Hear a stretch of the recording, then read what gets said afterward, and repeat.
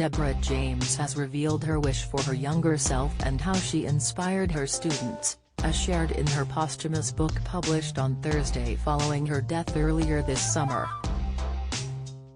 Dame Deborah, also known by her social media handle Bowel Babe, died on June 28 at the age of 40 after suffering from bowel cancer for 5 years. In How to Live When You Could Be Dead, which follows her 2018 debut book Fuck You Cancer, How to Face the Big C, Live Your Life and Still Be Yourself, the podcast host tells her courageous story of living with terminal cancer and how developing a positive mindset was key to enabling her to cope with her diagnosis. Get the news you want straight to your inbox. Sign up for a Mirror newsletter here in Chapter 3, titled Something to Aim For. The mom of two looks back at her teenage years, and says that at 16, all she had hoped for was to marry and have children. On reflection, she admits she should have been more ambitious. Looking back at my naive younger self, I wish I'd been a bit more ambitious with my hopes and dreams, Deborah wrote. I wish I'd considered some goals that would have pushed me or been a challenge to reach. I wish I'd considered, even for a nanosecond, that things could be taken away from me, that the future isn't certain for any of us. The former deputy head teacher goes on to talk about how she discovered her goal to be an educator in her 20s, which she labels as ironic after not taking school too seriously.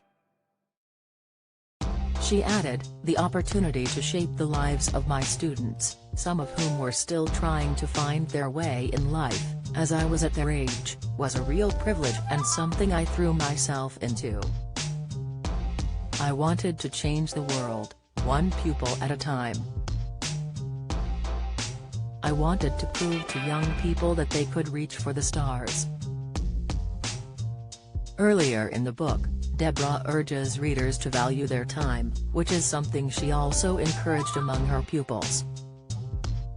She ran workshops with her sixth formers and during these, would read an extract from a piece by French writer Marc Levy, which pulled on her heartstrings when she first read it as a teen. She says,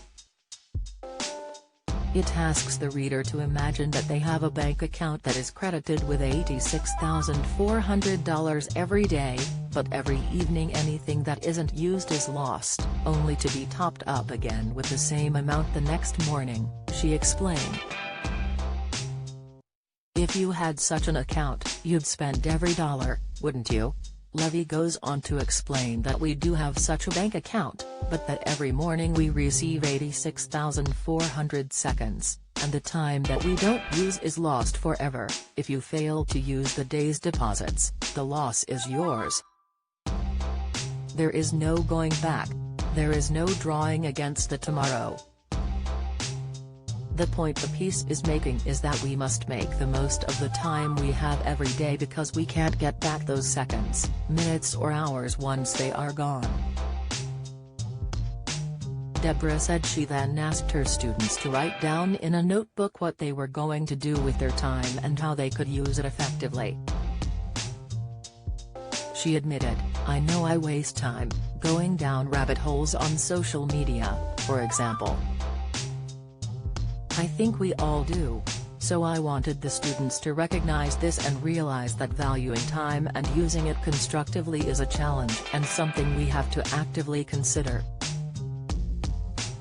We all know that time is precious. We all know, rationally speaking, that it will eventually be taken from us, and yet we somehow don't really think it's ever going to end. Many of us don't truly get past our teenage perception of infinite time. We think that we can put things off to another day or that we can buy more time. But sometimes there is no tomorrow.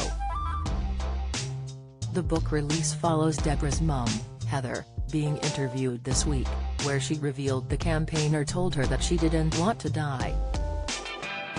Recalling the conversation in an interview with BBC Breakfast, Deborah's mum said, I can remember lying in bed, probably just about a week or so before she died.